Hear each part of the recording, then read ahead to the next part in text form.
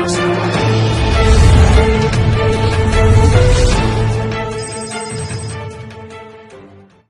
की આજના આ શિવરાત્રિના પવિત્ર દિવસે પાલનપુર શહેર માટે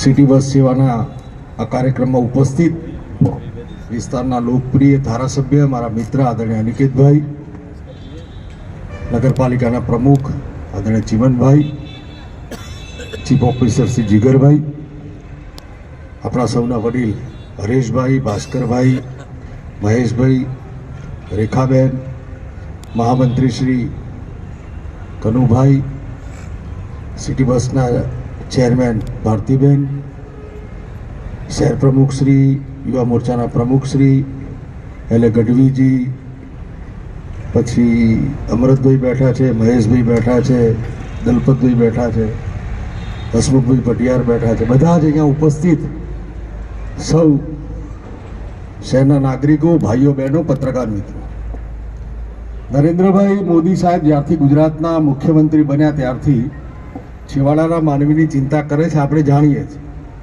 કે 24 કલાક વીજળીની વાત હોય, 108ની વાત હોય, રોડ રસ્તાની વાત હોય, પીવાના પાણીની વાત હોય, આયુષ્યમાન કાર્ડની વાત હોય, મફત અનાજની વાત હોય, શહેરીકરણની અંદર વધતા ટ્રાફિકને રોકવા માટે સિટી બસ એક એવું પર્યાય છે જેને કારણે આપણે પોતાના વ્હીકલને સાઈડમાં મૂકી અને સિટી બસથી પ્રવાસ કરવાથી પ્રદૂષણમાં ઘટાડો થાય, આપણા ખિસ્સામાં પૈસા બચે અને લોકોની સાથે પ્રવાસ કરવામાં આપણને સામૂહિકતાનો ભાવ આપણા અંદર પેદા થતો હોય છે. માનનીય નરેન્દ્રભાઈની કલ્પનાને ભૂપેન્દ્રભાઈ જમીન ઉપર ઉતારવા માટે હંમેશા એ બધી જ યોજનાઓ રાજ્યની અંદર લાગુ કરતા હોય છે અને એ પૈકીમાં આજે પાલનપુરની અંદર આ માનનીય મુખ્યમંત્રી શહેરી બસ સેવાનો પ્રારંભ થઈ રહ્યો છે. આજના તબક્કે હું નગરપાલિકાના પ્રમુખશ્રી, ચીફ ઓફિસરશ્રી તથા એના કોન્ટ્રાક્ટર જયસ્વાલભાઈ છે હાજર, જયસ્વાલભાઈને પણ અભિનંદન આપું છું કે જયસ્વાલભાઈ તમે આ શહેરીજનોને સારામાં સારી બસ સેવા પૂરી પાડજો અને શહેરીજનોને વિનંતી કરું છું કે બસની અંદર પછી સીટના રબર કાઢવાનો પ્રયત્ન ના થાય ને ફોન નંબર લગાવવાનો પ્રયત્ન ના થાય. એ સ્વચ્છતા રાખવાની જવાબદારી પણ આપણી છે. એટલે શહેર સારું રહે, પર્યાવરણ યુક્ત રહે. સિટી બસને 8 કિલોમીટરની મર્યાદામાં માન્ય ધારાસભ્ય કહ્યું એમ ફેરવવાની છે.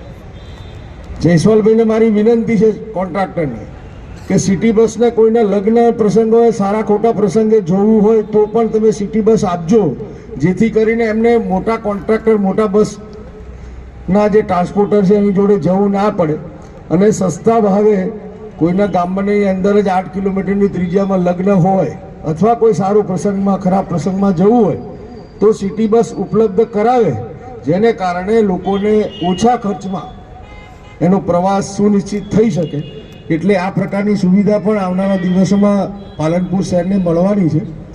આપણા 8 કિલોમીટરની ત્રિજ્યામાં એટલા માટે કે આખું પાલનપુર જ્યારે નવું ડેવલપમેન્ટ થાય ત્યારે લોકો ત્યાં રહેવા જાય તો વાહન વગરના લોકો પણ ત્યાં મકાન લઈ શકે અને વિસ્તારનો વિકાસ થાય.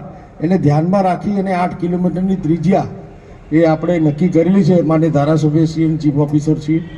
તો આજના પ્રસંગે આપ સૌને શુભેચ્છાઓ પાઠવું છું અને ચીફ ઓફિસર સાહેબને વિનંતી કરું છું ગામમાં સિટી બસ માટેના બસ સ્ટેશનો બનાવજો. એના માટે જે કાંઈ 25 લાખ રૂપિયા જોઈતો તો મને કહેજો, હું તમને આપી દઈશ. પણ સિટી બસ સ્ટેશન પણ બનવું જોઈએ. ત્યાં મુસાફર રાહ જોવે તો એને શિયાળામાં કે ઉનાળામાં કે ચોમાસામાં તકલીફ ના પડે.